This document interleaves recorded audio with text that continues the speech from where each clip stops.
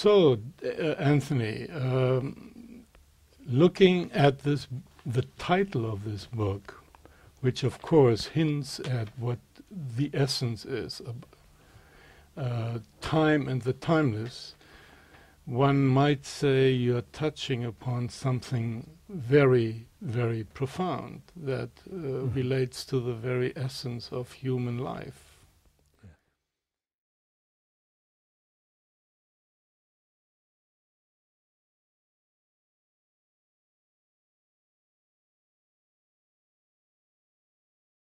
Michael, I guess few people would really doubt that there's a world crisis in the world. And but of those people, I guess there are fewer who would see it as a crisis in consciousness. As consumers, I would say that we're all responsible for the ecological dimension of that crisis, and in some way the economical crisis too. But a crisis in consciousness on an individual or personal level is much more of a challenge, right? And it seems like to a person to be personal about being cooked up in their own particular circumstances, it would limit them in terms of their perception of a whole problem. That's what seems to happen, right?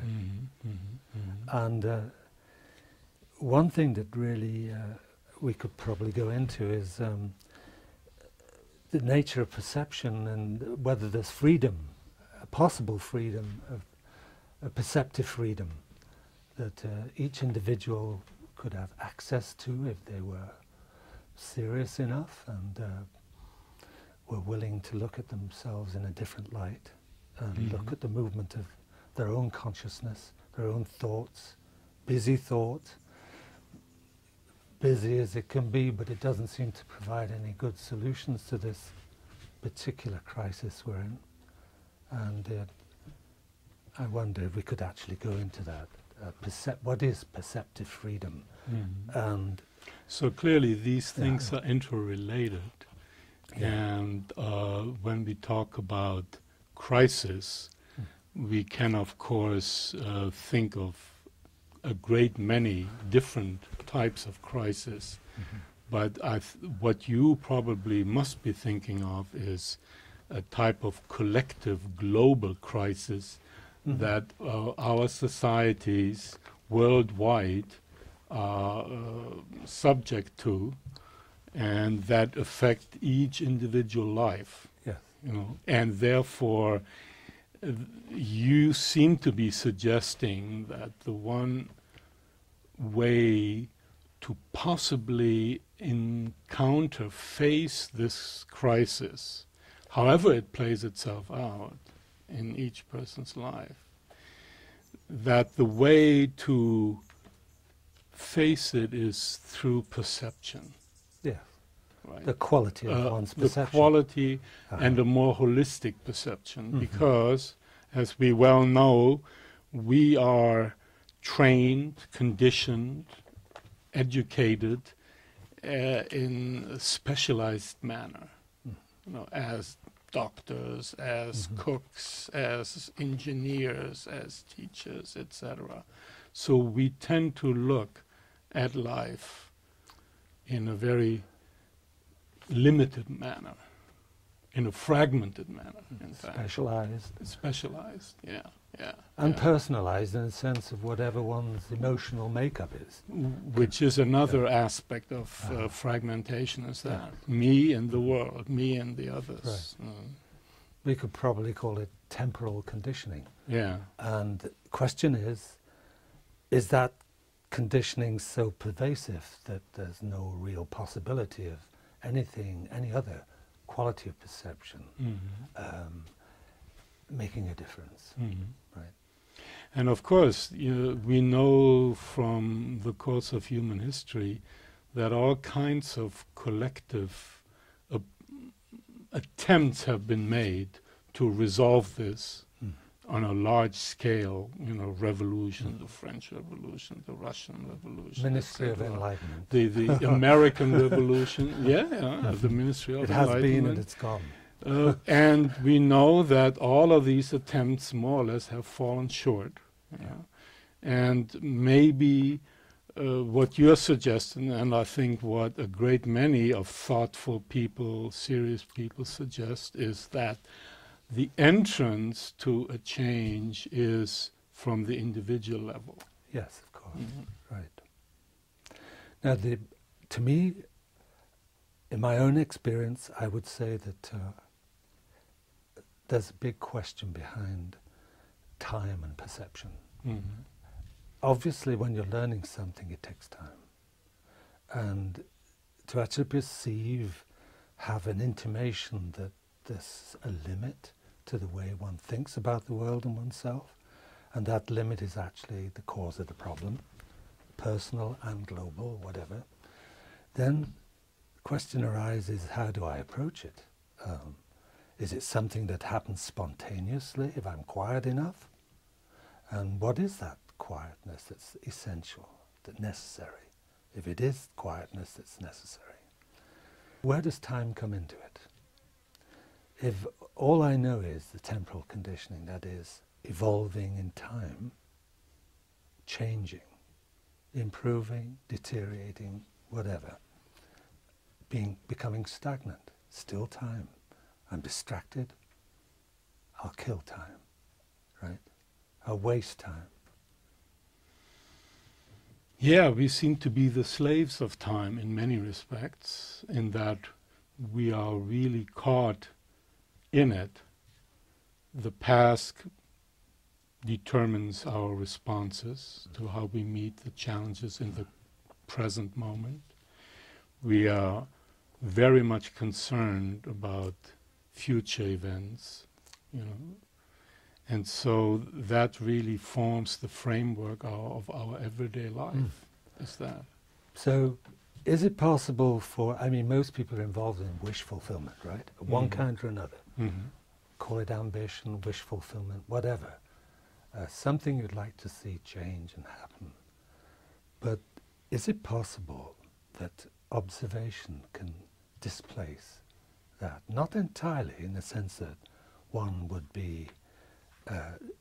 desire to be something like a doctor or an artist, and is it more important, and perhaps should have a primary function in this business of observation and perception, to actually become much more observant by being observant instead of, reading about it, playing with it, turning it over, but actually doing it. Now, what does that mean, to be observant? What does it require? If I'm too busy, too thoughtful, too busy at the job, whatever, it's not possible. It doesn't seem possible. On the go, that expression. Well, I'm preoccupied. I'm constantly Right. preoccupied with notions, what I want to do, what I should do, what I really would like to do, etc., etc. And it goes, that's really where I'm caught. From the past, these things come up, and they project themselves into the future. And I try to prevent those things that seem detrimental or negative or painful. And I strive for some fulfillment, some goal, some achievement. So I'm back in time. So I'm constantly within that. And it's, of course, a tremendous limitation. So when you say observing, but that's the beauty of it it seems to me that is the beauty of it, that observation starts where you are. Right. Observation is in the moment. Right? So one's getting to know something intimately. And I think one has to, or I tend to think that way, that one has to assume or see that the observation is the natural state. natural state, yes. It's the natural state, you know. And I can see it when I see animals, even a lizard, a cat, a dog, a bird. They are observant of their environment, you know. Present. Of their present environment, Yes. right? And they fly away, or they move away, or they do whatever they do, you know. Yes. But the point is, they are very much in the moment, Yes. even though that may be very limited by their respective animal instincts and all the rest of it. Yeah. But clearly there is what I would call the natural state, and we have that too. You know, when maybe we call it awareness, maybe we call it observation, but it is the natural tendency to look through the senses and to be aware what is going on around one, you know. Yeah. And that gets taken over by but that is exactly the trick. Yes. That is exactly the trick. That this simple, clear observation of what's going on around one is usurped by this other thing, which sometimes, well, you may call it thought, thinking, planning, wishes, desires. You know, these are all things that seem to derail that simple movement of observation. It seems that when there's a certain amount of attention given to thought, thinking about thought, you come across paradoxes. Absolutely. Which, I mean, the Zen koans are famous for pointing out the ridiculousness, contradicting nature of thought and how it works against itself, contradicting itself continually and losing energy in the process. But one of, I guess, a paradox that I found most interesting was the one about perception, or perceptive freedom. And it's the perceptive freedom, you could say that you need to be free to be perceptive, right? But you also need to be perceptive to be free. It's the famous catch-22, it Yes, says. catch-22. Yeah.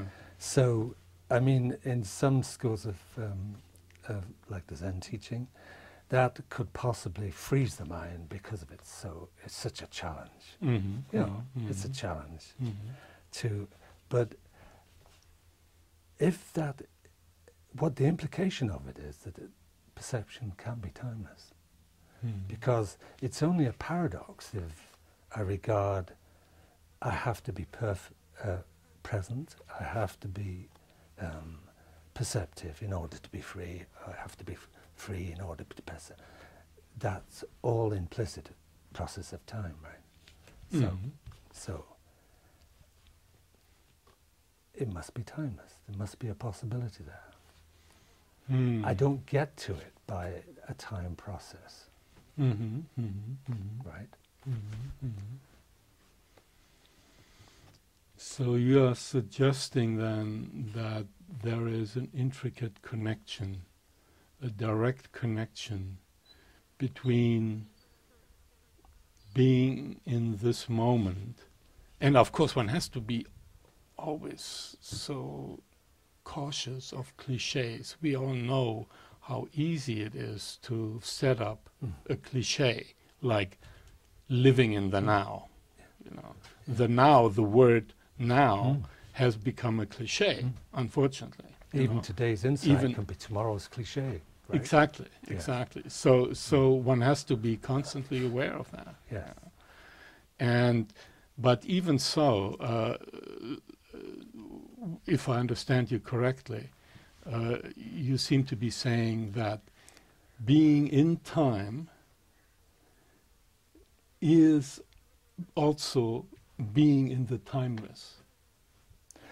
Well, perception itself is probably timeless, and it's simply taken over by one's sense of me, the self, ego, whatever, the sense of ownership. I have seen this. You know, there's the corruption. But perception itself is probably timeless. as you say with the animal, the being present, you know, to actually see without the movement of thought. And then thought comes in with the human being. And we corrupt it immediately. And or we put it into the memory bank and use it, you know, for further application, whatever advance I want to make in a certain direction, whatever. So if perception is timeless itself, perception. To look, you know. Well, I wonder, to say perception is timeless. Now that's interesting, of course. I would phrase it possibly a little differently as a suggestion. I would say perception partakes in the timeless. Yes. You know, it partakes. Because when you say is, you're talking, it's an identity, you know. That is that. It equals. In a sense, an action that is timeless. Of course, all the brain mechanism that goes into it, you know, the sensory, organic, biological background to all that, must be tremendously complex. And go ahead, please. But there's another question that arises, and I think maybe we should look at that a bit more closely. When we say the timeless, what do we mean by it? You know, what do we want this to signify? And is it something that is easily defined? You know, I mean, because the word timeless means what? Beyond time, without time. Yes. Well, this is where I think language comes in. I mean, language can be beautiful and precise and evocative, right? And as you suggested earlier, because of all those qualities, one has to be careful. But we have language and we use it every day. That's made our species what it is. And it seems to me that one can arrive at degrees of change or conceptions of change which hint at something beyond the limit of the thinking itself, right? So, in time and the timeless, what we suggest is that the 3 degrees of time, of change, in the sense of what evolves, that includes accretion, erosion, adaptation, all those qualities that we associate with change, evolving, the evolving landscape, what happens to the body, whatever. Then there's, and this has probably been more noticed in the last 100 years, there's epiphenomenal change. That is change which is part of extreme complexity, not only complexity of what we're looking at, but the complexity of, how would you say, the internal workings of perception itself, you know, the biology of it. And then the third quality, you could say, is an emergent quality. That is, that those two, by the way, must be in some way causal. That epiphenomenal, although it's more momentary in the sense that it's changing constantly and appears to be discontinuous, it's still causal. It's still something that science can look at. So there's what evolves, what is epiphenomenal, and what is emergent. Now the emergent I would associate with timelessness. That is something that's outside of causality. And here's the interesting thing, I think, that, and it's only thought that's looking into it, right? That when the other two are seen to be what they are, then the third quality opens up. So it's like seeing the limit of the epiphenomenal and the evolved, seeing what place it has, and in seeing it, that perception itself puts it in its place and opens up to something else. Yeah, and of course one might say, you know, the perception of change is of course the beginning of what one might call time, you know, right? The perception of change is time and measurement. Yes, in that sense, yes, measurement, right. And so, and we know that this underlies our thinking and our explanation of most of the processes that we are involved in, and most of the processes that we observe and study and that we are related to in nature.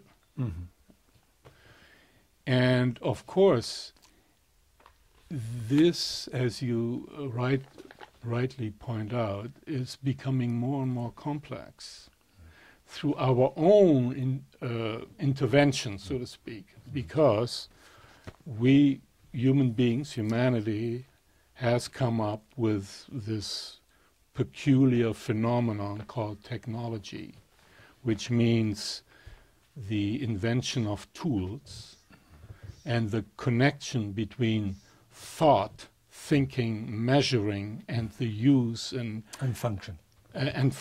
And development of these tools.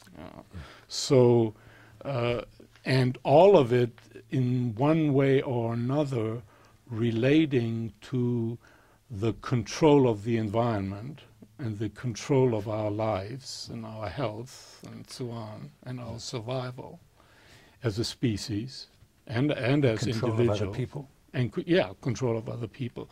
So again, it becomes highly complex. And then, of course, most importantly, and I think that's something that we probably should maybe look at a little more closely, is that subtle distinction, with that thing that one might call psychological thinking, psychological thought, because that is the one factor where thinking and thought, which of course is our instrument, language included, language, thought, thinking, is our main instrument as human beings, our tool. And yet there's this little other factor that suddenly comes in and maybe the cause of a lot of distortion, conflict, and difficulty, namely what one might call psychological thought. And often it seems to be difficult for us to distinguish between the practical application, the practical side of it, and this other thing, psychological thought, that concerns itself primarily with my sense of self, the me, my, etc. Would you agree with that? Yes, and I guess it's difficult for a lot of people to actually see that what appears to be a negative attribute, that is nothing to do with function, that is not useful in any way, is actually probably the most important part of consciousness.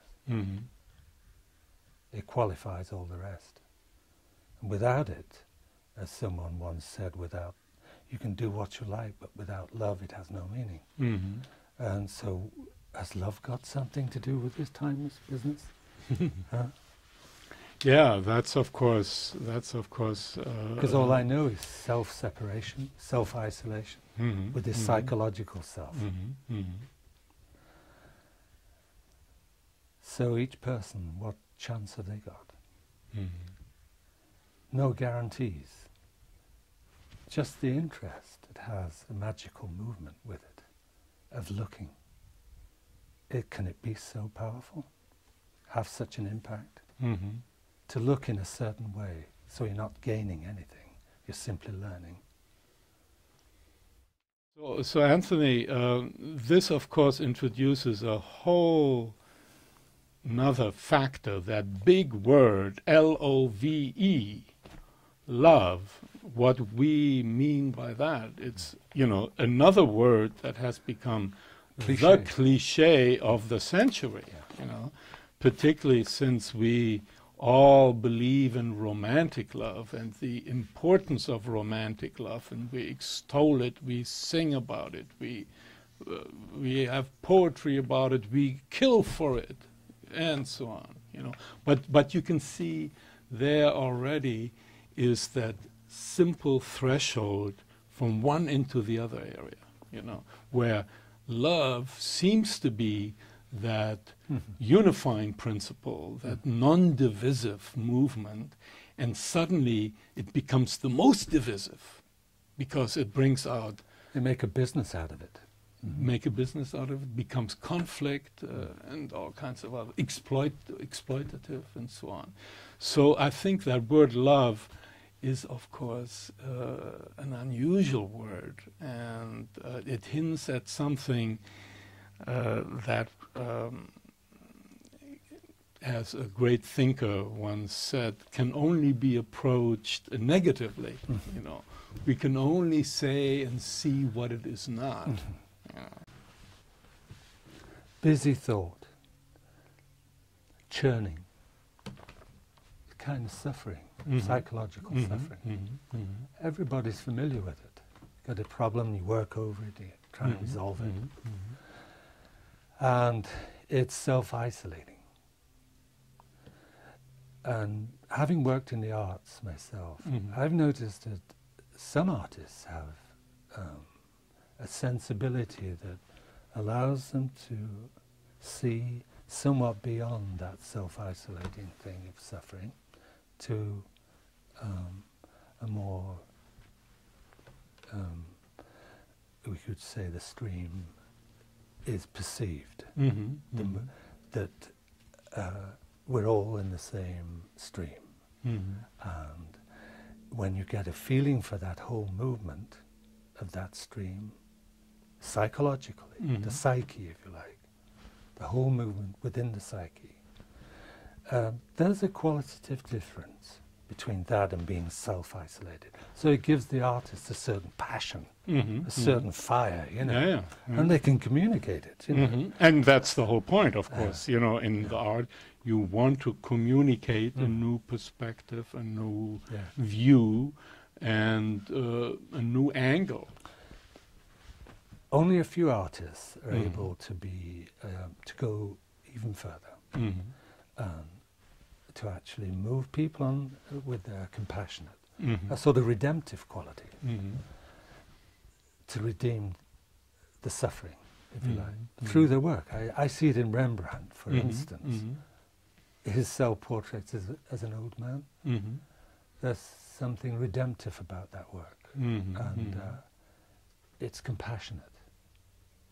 So, having been on fire and probably destroying myself in the process, like a lot of artists do, right? Burn yourself out before your time.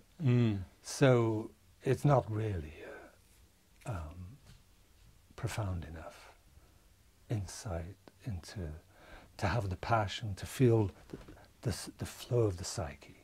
That's one thing, but actually to see the whole movement in a way that, again, we could say timelessly, with compassion.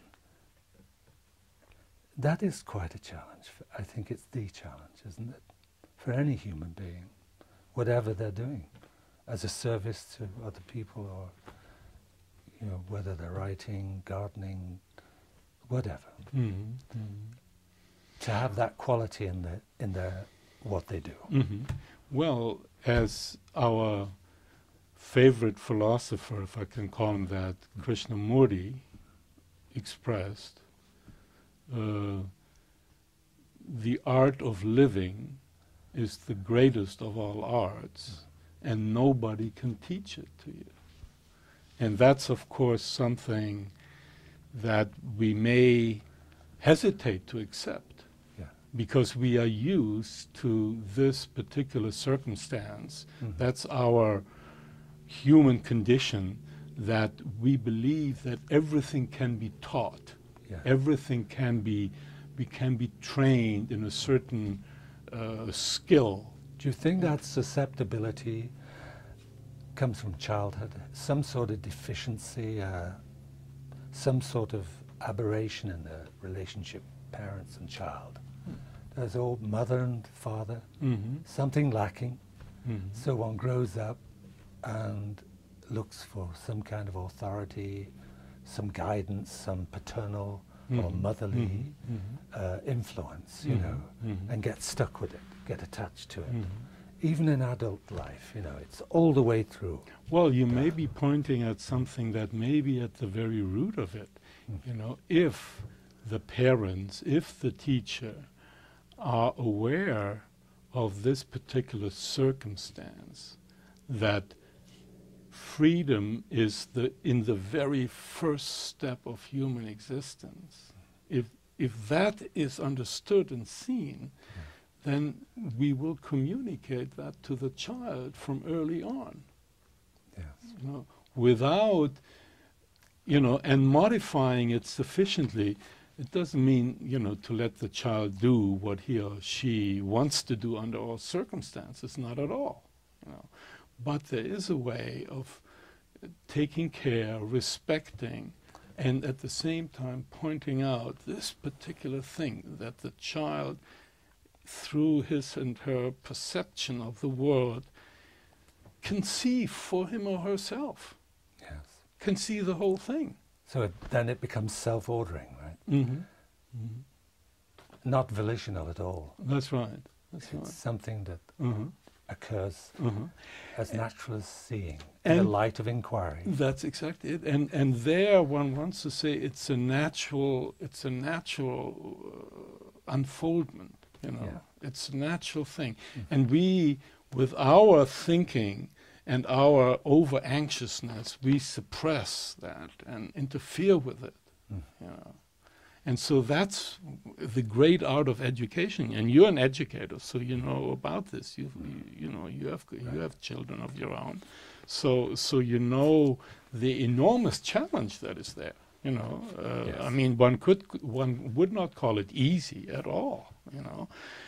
But then again, to call it difficult is equally wrong, possibly, you know, because ultimately this word love, whatever that quality is, as soon as that enters, then there is effortlessness. You know, even though it may be work, hard work, but it's effortless work.